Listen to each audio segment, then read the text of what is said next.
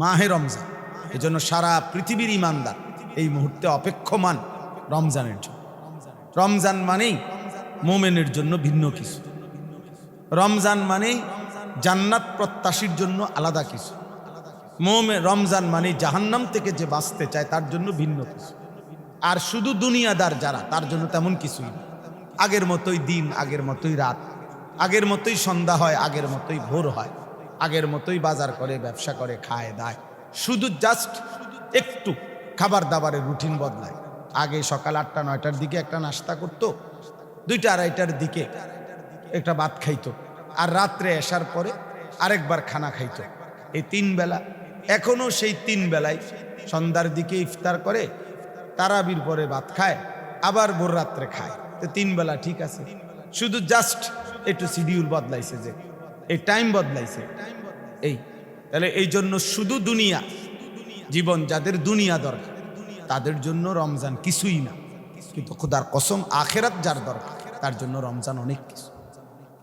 আমরা কিতাবে পড়ছি, আকাবির কা রমাদান একটা কিতাব আছে উর্দুতে, বাংলাও এটার অনুবাদ আছে, আউলিয়া কেরামের সিয়াম সাধনা। এই বইতে আছে এই ভারতীয় উপমহাদেশের সর্বজন শ্রদ্ধেয় শ্রেষ্ঠ বুজুর্গ আলেম, পৃথিবী বিখ্যাত আলেম ছিলেন শেখুল হাদিস হযরত মাওলানা জাকারিয়া রহমতুল্লাহ আলাইহি। তিনি এই কিতাব লিখছেন। ওই কিতাবের মধ্যে আছে পূর্ববর্তী জামানার বুজুর্গানে দিন একটা রমজান শেষ হইলে, ঈদের চাঁদ উঠলে শাওয়ালের 1ম তারিখ থেকে আবার দোয়া শুরু করতেন, আল্লাহ আরেকটা রমজান নসিব করুন। মানে পরবর্তী 1 বছর আবার প্রত্যাশা করতেন আরেকটা রমজান চাই, আরেকবার সবে কদর চাই, আরেকবার তারাবি পড়তে চাই, আরেকবার রমজানের চাঁদ দেখতে চাই। এই হলো মুমিনের প্রত্যাশা, মুমিনের প্রত্যাশা।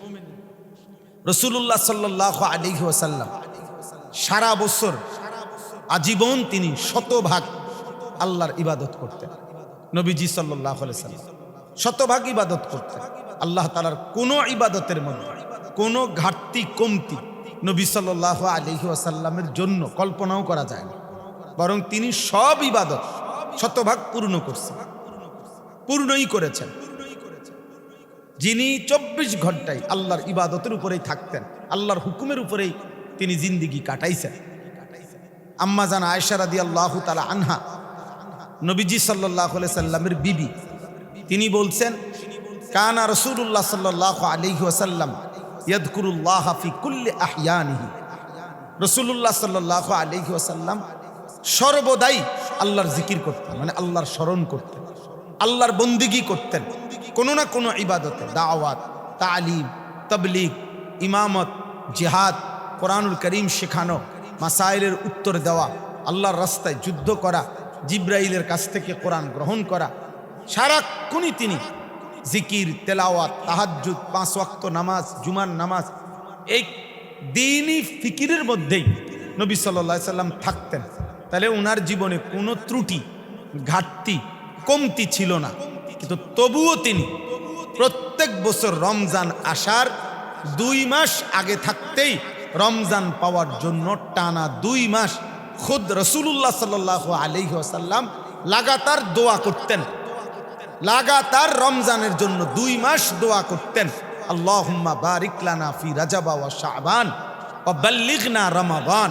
তাহলে এটাই প্রমাণ করে নবী সাল্লাল্লাহু আলাইহি সাল্লামের কাছে রমজানের কত কদর ছিল, কি পরিমাণ কদর ছিল তার কাছে, রমজানের কদর ছিল কি পরিমাণ। চিন্তা করে দেখেন। তাইলে ইনসাফের সাথে ভাবেন যে নবী সাল্লাল্লাহু আলাইহি সাল্লামের 1 সেকেন্ড যার নেকির কোনো ঘাটতি ছিল না, গুনাহের কোনো সম্ভাবনাই ছিল না, সেই তিনি যদি 2 মাস রজব এবং শাবান রমজান মাসের জন্য দোয়া করেন, রমজানের আকাঙ্ক্ষা করেন, তাহলে আমাদের মতো গুনাহে ভরা নাফরমান বান্দার জন্য রমজান কতটা প্রিয় হওয়া উচিত, প্রিয় হওয়া উচিত।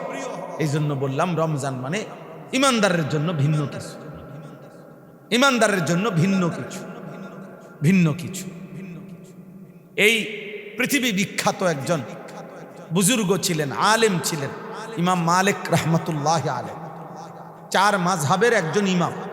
মালিকি মাযহাবের ইমাম, মদিনার ইমাম, মসজিদে নববীর ইমাম, ইমামু দারিল হিজরা, যিনি জগৎ বিখ্যাত মুজতাহিদ ছিলেন, পৃথিবী বিখ্যাত আলেম ছিলেন, সর্বপ্রথম হাদিসের সর্বাধিক বিশুদ্ধ কিতাব মুয়াত্তায়ে মালিকের রচয়িতা ছিলেন তিনি। এই ইমাম মালিক রাহমাতুল্লাহ আলাইহি, যিনি সারা বছর সারা পৃথিবী থেকে ওনার কাছে মদিনায়, উনি মদিনায় মসজিদে নববীতে তিনি হাদিস পড়াইতেন, ইমামত করতেন। সারা বছর সারা পৃথিবী থেকে তৎকালীন যুগে মুসলিম ছাত্ররা, তালেবে ইলমরা মদিনায় ওনার কাছে পড়তে যাইত, হাদিস শিখত, হাদিস পড়ত। এত ব্যস্ততম ছিলেন এবং এই পরিমাণ হাদিসের খেদমত তিনি করতেন। কিন্তু প্রত্যেক বছর যখন রমজান আসতো, কিতাবের মধ্যে স্পষ্ট ওনার জীবনীতে আছে, উনি টোটালি হাদিসের দর্স বন্ধ করে দিয়ে সম্পূর্ণ একাকী, একান্ত, ইনফেরাদিভাবে তিনি ইবাদত, তেলাওয়াত, জিকির, রমজানের বন্দিগিতে লেগে থাকতেন। বলতেন যে সব বন্ধ, সব বন্ধ, সব বন্ধ, শুধু রমজান, শুধু তেলাওয়াত, শুধু জিকির, শুধু বন্দি, শুধুই আখিরাত। এই মুহূর্তে দুনিয়ার ভুলে যায়, ভুলে যায়। শেখুল হাদিস হযরত মাওলানা জাকারিয়া রহমতুল্লাহ আলাইহি, এই যার নাম বললাম, তিনি 60 বছর পর্যন্ত শুধু রাসূলুল্লাহ সাল্লাল্লাহু আলাইহি সাল্লামের হাদিস পড়াইছেন। ভারতের সাহারানপুরে বছরের পর বছর মাজাহিরুল উলুম সাহারানপুর, পৃথিবী বিখ্যাত মাদ্রাসা, দারুল উলুম দেওবন্দের পরে দ্বিতীয় পৃথিবীর শীর্ষ শ্রেষ্ঠ মাদ্রাসা হলো সাহারানপুর। সেখানকার শেখুল হাদিস ছিলেন, হাদিস পড়াইতেন। এরপরে দিল্লির জামে মসজিদে তিনি হাদিস পড়াইতেন। মদিনার মসজিদে নববীতে প্রায় 11 বছরের মতো যিনি রাসূলুল্লাহ সাল্লাল্লাহু আলাইহি ওয়াসাল্লামের হাদিস পড়াইছেন। গোটা আফ্রিকা মহাদেশে মানুষদেরকে আল্লাহমুখী করার ক্ষেত্রে সবচেয়ে বেশি মেহনত আফ্রিকা মহাদেশে যিনি করেছিলেন। পৃথিবীতে ওনার হায়াতেই ওনার হাদিসের ছাত্র যেমন ছিল হাজার হাজার, ওনার হাতে বায়াত মুরিদ ছিল তরিকতের লাইনে হাজার হাজার, যার ফলে সারা বছর ওনার ওই সাহারানপুরে যেখানে তিনি থাকতেন, সেখানে দলে দলে ছাত্র এবং ভক্ত আসত। তো সাহারানপুর রেল স্টেশনে আপনার মানুষ যখন নামতো, দিনদার চেহারা সুরত দেখলে সাহারানপুর রেল স্টেশনের কুলি যারা, এই কুলিরাও দেখলে চিনত যে উনি জাকারিয়া রহমতুল্লাহর কাছে যাবে। তো আইসাই বলতো, আপনি হযরত জাকারিয়া রহমতুল্লাহ খানকায় যাবেন তো? হ্যাঁ, তো চলেন আমি আপনাকে নিয়ে যাচ্ছি। অর্থাৎ কুলিরাও চিনত, জানতো। কিন্তু আমার বলার উদ্দেশ্য হলো, যে মানুষটা সারা বছর এত ব্যস্ত ছিলেন, হাদিসের দর্শ দিতেন, আবার আধ্যাত্মিকতার সাধনা করতেন, হাজার হাজার মুরিদ, ভক্ত, ছাত্র, কিন্তু যখনই রমজান আসতো, কিতাবে স্পষ্ট ওনার জীবনীতে আছে, উনি টোটালি ওনার ঘরের দরজা, কামরার দরজা বন্ধ করে দিতেন। শুধু নামাজের জামাতের জন্য মসজিদে যাইতেন, জামাত শেষ হইলে আবার কামরায় ঢুকতেন। পুরা রমজান একাকী, গোটা পৃথিবী থেকে বিচ্ছিন্ন হয়ে জিকির, তেলাওয়াত, দোয়া, রমজানের ইবাদতের মধ্যে একাকী নিজেকে লাগায়। আর ফলে তখন এটা কিতাবে লিখছে, ওই রমজান মাসে যদি কোনো ভক্ত, ছাত্র যেই বেখেয়ালে যদি না জানার কারণে সাহারানপুর রেল স্টেশনে নামতো, ওই কুলিরাও যখন দেখতো এই লোকরে দেখে বোঝা যাইতেছে হযরতুল্লাহর খানকায় যাবে, জাকারিয়া রহমতুল্লাহর কাছে সাক্ষাতের জন্য যাবে, অথচ কি মাস বুঝেন নাই, অথচ কি মাস। তো কুলিরা দেখলেও বুঝতো, তো কুলি আগাইয়া আসতো, জিজ্ঞাসা করতো, আপনি জাকারিয়া রহমতুল্লাহর খানকায় যাবেন? তো যদি এই লোক বলতো জি হযরতুল্লাহর খানকায় যাব, তো কুলি বলতো ইন্না লিল্লাহ, আপনি জানেন না শায়েখের এখন রমজান মাস, হযরতের এখন কি মাস? রমজান মাস। হায় হায়, আপনি আসলেন কেন? এখন তো সাক্ষাৎ পাবেন, এখন তো সাক্ষাৎ পাবেন। এমন কদর করতে, এমন কদর করতে, যুগ যুগ ধরে ইসলামের ইতিহাসে এটা যে রাসূলুল্লাহ সাল্লাল্লাহু আলাইহি ওয়াসাল্লাম, সাহাবায়ে কেরাম, আউলিয়ায়ে কেরাম, মুহাদ্দিসিনে কেরাম, উলামায়ে কেরাম, দিনদার সাধারণ যারা মুসল্লিদের মধ্যেও আল্লাহ প্রেমিক আখেরাত প্রিয় মানুষ, তাদের জন্য রমজান ভিন্ন কিছু, রমজান আলাদা কিছু।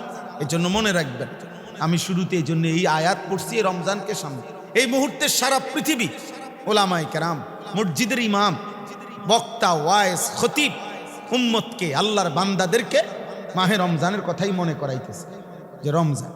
আমরা বাংলাদেশ হয়তো একটু ব্যতিক্রম, 12 তারিখ পর্যন্ত আমরা এই মুহূর্তে সবাই ব্যস্ত 12 তারিখ নিয়ে, কিন্তু সারা পৃথিবী ব্যস্ত ইমানদাররা মাহে রমজান নিয়ে। আমরারও এরা মেয়াদ যাইব আশা করা যায়, এই আর অল্প কয়েকদিন, এই সপ্তাহটাই হয়তো একটু উড়াউড়ি যাইবে আর কি। এরপরে আবার সবাই বলবে প্রথমতে যা আসিলাম তাই। হ্যাঁ, 13 তারিখ সকালেও দেখবো রোড ভাঙ্গা, আবার 13 বছর পরও দেখবো এই ঢাকার জ্যাম বাইজা রয়েছে। এই হে কতজন আইবে, কতজন যাবে, বুঝেন নাই কথা। কিন্তু আমরা এই জ্যাম ভাঙ্গে যেতে